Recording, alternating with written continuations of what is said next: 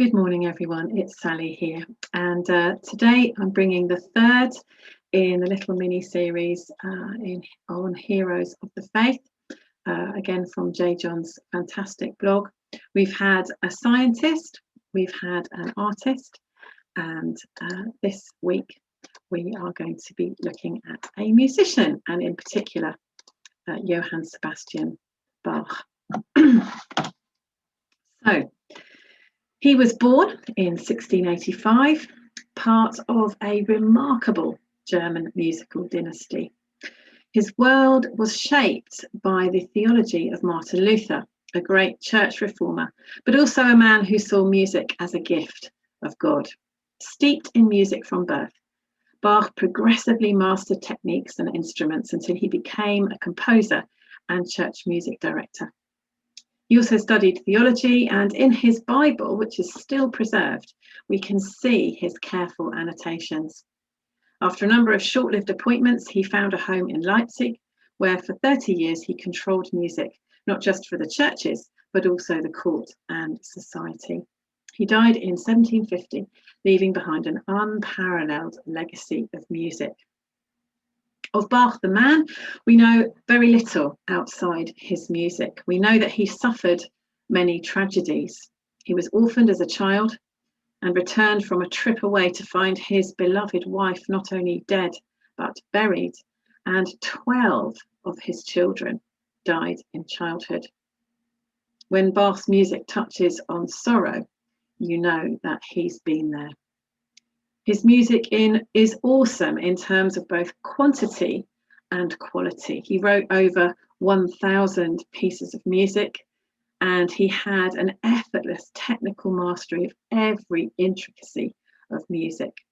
Yet although he was capable of writing works of dazzling mathematical complexity, they're always music to be enjoyed and never simply a show of academic brilliance.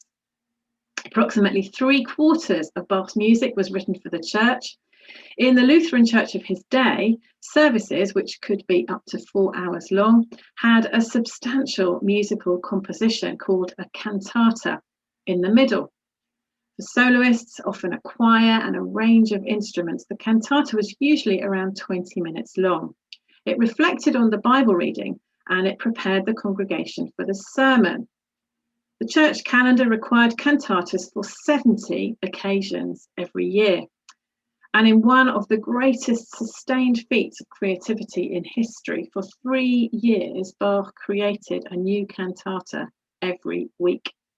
Despite the obvious temptation, he rarely repeated himself and consistently generated fresh music of extraordinary impact and beauty.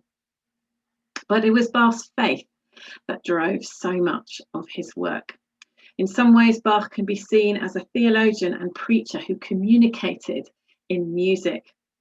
In writing a church piece, Bach frequently began with the abbreviated prayer JJ, Jesu Juva, which means Jesus, help, and ended with SDG, Soli Deo Gloria, to God alone be glory.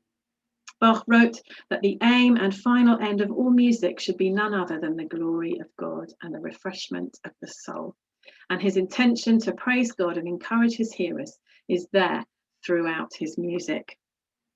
Of the many things that can be said about Bach, we're going to mention 3.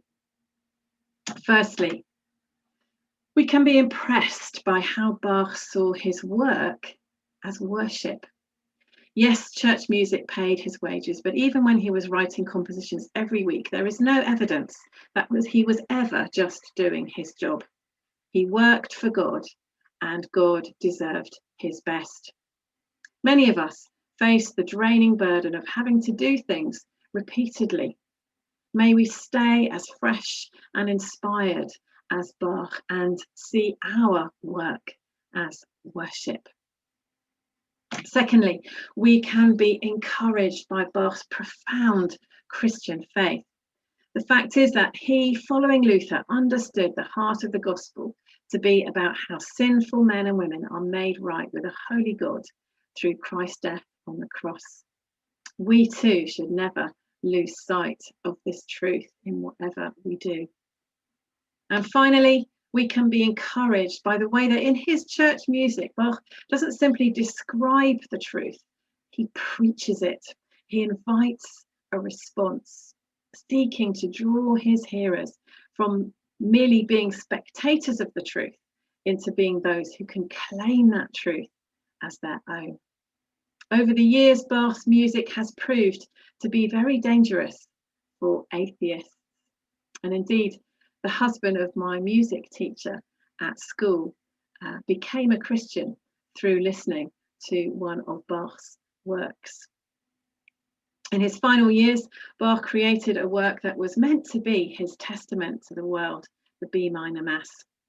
Unusually, he chose a Latin text, probably so that his work might go out beyond Germany and into the world. The final chorus, Dona Nobis Pacem, is a prayer for God to grant us his peace.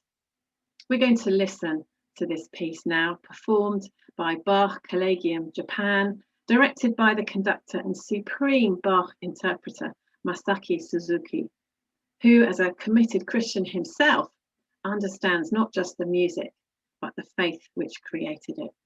It is indeed for the glory of God and for the refreshment of the soul. And may God bless you with his peace as you listen to this now.